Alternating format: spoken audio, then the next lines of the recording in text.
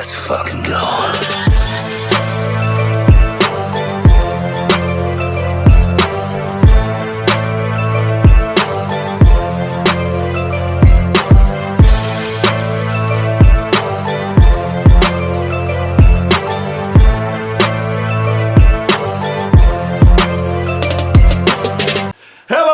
Welcome to the Comic Gamer Movie Show. My name is Deshaun, and today I'm here to talk about that huge news that came out yesterday.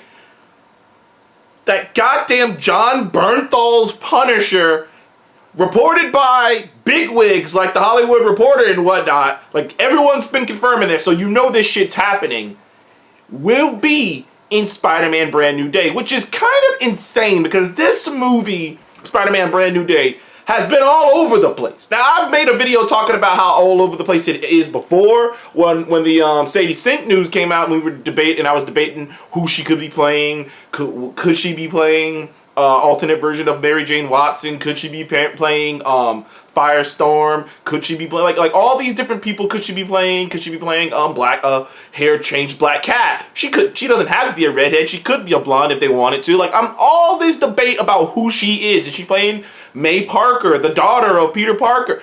Who is she playing?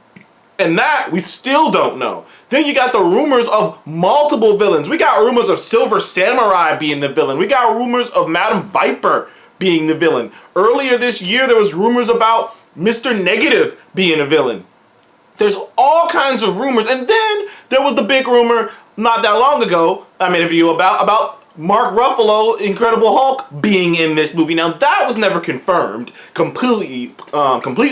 That's just heavily rumored. But now we have this confirmation that Jon Bernthal's Punisher will be in this movie, which changes a lot. First of all, Spider-Man Brand New Day has gone through many different many different versions of it. Because as you know, or you don't know, that I'll repeat it here just for the people who don't, Marvel and Sony have kind of had a battle of ideology of how they wanted to handle this new Spider-Man trilogy. And make no mistake about it, this is going to be a new Spider-Man trilogy. And we don't know if it's going to keep like Homecoming, like how the Homecoming trilogy had home in every word, No Way Home, Far From Home. Are they going to have the word brand new, like new or brand new or something in every title? We don't know. But it's going to be a new trilogy, an older Peter Parker, you know, a little bit more mature, like college Peter Parker. And we kind of knew they were going to do that a long time ago, when Kevin Feige they first cast Tom Holland, and Kevin Feige was working on Homecoming. He said he had looked at the Spider-Man franchise similar to the Harry Potter franchise, and as most of you know, it was like watching him grow up throughout the course of the movies. And Tom Holland was like 18 or something, 17 or 18. Maybe he was 18. Maybe he was 18 when he was cast as Spider-Man. So at the time, it was like, dude, we got like 20 years. We got like 10 years before this. And Tom Holland's a young-looking guy. He's still a super young-looking guy. I mean, Tom Holland's like 27 or something like that now. And he still looks like he could be 8. He still looks like he could be 20. He could be 19 years old just starting college. So, and like they knew that. They're like, Marvel knew that. That's why they cast young. That's why they wanted to cast young so they can, make more movies with him growing up. But obviously, Sony is Sony. Disputes happen, and we weren't even supposed to get Spider-Man No Way Home the way it came out. Like, Spider-Man No Way Home, once again, was a battle of ideologies between Sony and Marvel. Because Marvel, and some people talk about this, some people don't, Marvel wanted to make a Spider-Man movie that focused on Spider-Man versus Kraven the Hunter. It was going to be just like the other two Spider-Man movies, but with Kraven the Hunter. And it made sense. I watched it. I made videos about it. Marvel wanted to do a more grounded movie with Kraven the Hunter. Sony wanted the big multiversal thing. And in the end, Sony kind of won out on that deal, and they're doing what they're doing now. But also something that came out is that Tom Holland's contract technically was up, and he renewed it, but with different things now. Tom Holland has a almost Robert Downey Jr. level of creative input in his character now. So, and Tom Holland's all with Kevin Feige.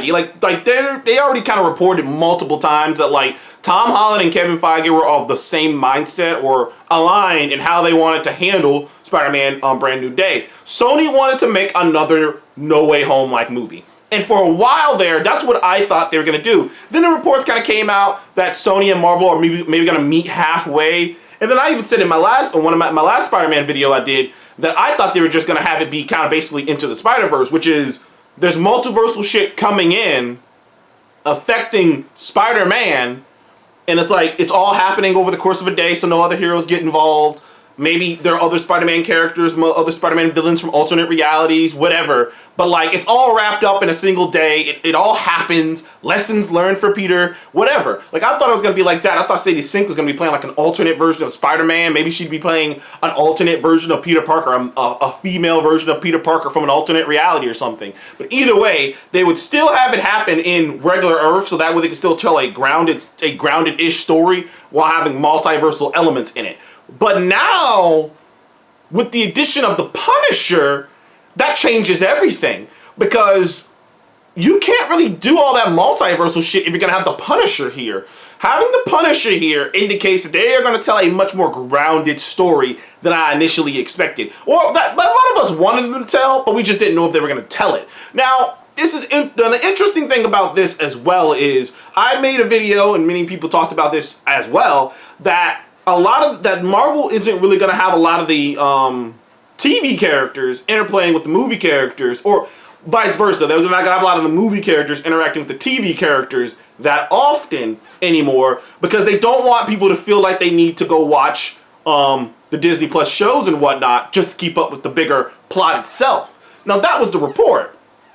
And there was multiple reports that Marvel can't use the Kingpin on the big screen because there's like this joint, like, because Sony has the rights to the Kingpin character on the large screen or something like that. Something along those lines. Like, Sony has partial control of the Kingpin, basically. So they can't put him on the big screen. And Sony may or may not have a tad bit partial control into the Daredevil character of having the Daredevil character on the big screen. So it was very interesting. I was like, okay, so maybe we're not going to see these characters. And in fact, I started thinking like that they were going to just start making that little isolated bubble just be once again an isolated bubble.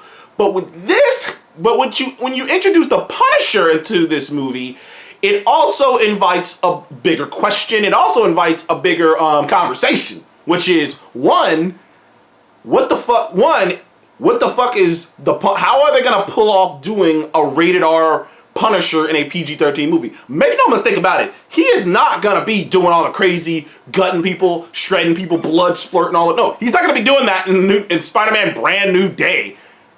So it makes you curious, like, how are they gonna depict it? Now, more than likely, it could be as easy as they just depict it as they just tone him down. Like, he's doing all the same shit he's doing in the Daredevil show and his show, except they just don't show it. You know, when he shoots a guy in the head, you don't see his brains blow out. You just see him shoot a guy and him just drop. Like, they cut away quickly. He's doing things. You just hear the sound effect, but you don't see it. That's the only thing I can really think of how they can handle having the Punisher in this, which is interesting, because this will be the first time they've done this. Now, that question to me kind of came up around the Deadpool and Wolverine time when it became apparent to me. I'm like, yo, well, they're going to have Deadpool be in one of these next two Avengers movies. So how are they going to handle a hard R-rated version of a character like that in a guaranteed PG-13 movie? And I think we're going to get that question answered with Brand New Day, which comes out before Avengers Doomsday. So we will get that question answered. How are they going to handle R-rated characters in PG-13 projects? Now, for a long time, that's always been one of my sticking points with Marvel and doing R-rated projects. It's not that I didn't want them to do R-rated projects. It's that I always felt like, how do you do these and then have a movie where this character shows up in a PG-13 movie, but a lot of the audience hasn't even seen the R-rated movie because a lot of people can't even see the R-rated movie because of the rating. So now you're just like, there's chunks of the audience who hasn't even seen it, and I was always a little conflicted about that. But if the answer to that is, we're just gonna, but with this, they're basically just saying, we're gonna just roll out anyways. We're gonna just, whatever this property needs to be, if this property needs to be R-rated, we're gonna make it R-rated.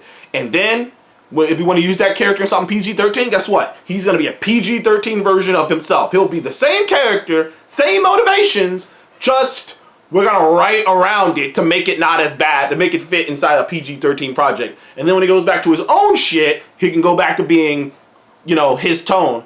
It's the idea that when other characters, and they do this in comic books all the time, when other characters come into other characters' projects, they have to take on the tone of that character's project they're in, not the other way around.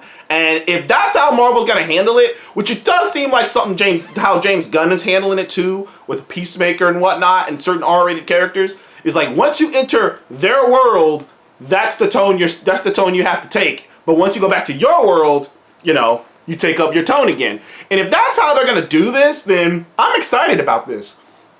It's so curious. Like I say, there's so much around it. There's so many implications. The only negative thing I can see about this is it makes it harder to explain the Wilson Fisk situation. Because I was willing to let it go, because if they were going to say that they're going back to doing it the old ways where Daredevil and Agents of S.H.I.E.L.D. and Runaways and all that shit is in the MCU, but it's so like nobody gives a fuck. It's like such a small pocket thing that no one acknowledges that, you know, it's mostly in the MCU. And I thought they were going back to doing that, and I was going to be like, well, fuck, nobody cares about Wilson Fisk. Like, the Wilson Fisk thing is like, you know, they don't even got to acknowledge it. But if they're going to have the Punisher be in Spider-Man Brand New Day, they have to acknowledge the Wilson Fisk situation. Unless they're saying that the Wilson Fisk situation is going to get wrapped up before the events of Spider-Man Brand New Day and shit. In which case, I guess they're basically going to be like, well, it all got wrapped up before anyone even had to even get involved. Which, maybe, but we shall see. I'm excited about this either way. Jon Bernthal is awesome as the Punisher. I can't wait to see more of him. I hope he gets a even more comic book accurate outfit now that he's playing with the big boys. Because, like, even in the comics, the Punisher isn't... Most of the time, the Punisher is just fucking with criminals. Like, regular-ass criminals. Like, don't get me wrong, he has villains, and he fights supervillains and shit, and he fights superheroes. But that's not usually his stick. So it's going to be interesting to see the Punisher step his ball game up in the department of who he's fighting against. But I tell you one thing, it makes that Punisher, special presentation more anticipated. And that's coming out, I believe, early next year. So it probably, who knows, it might come out late this year. But anyways, thank you guys for joining the Comic Game Movie Show. Please leave a like and subscribe. And what did you guys think about the big news that the Punisher will be in Spider-Man Brand New Day? Comment below and let me know. Thank you guys for joining me on the Comic Game Movie Show again. Please leave a like and subscribe. See you on the next one, guys.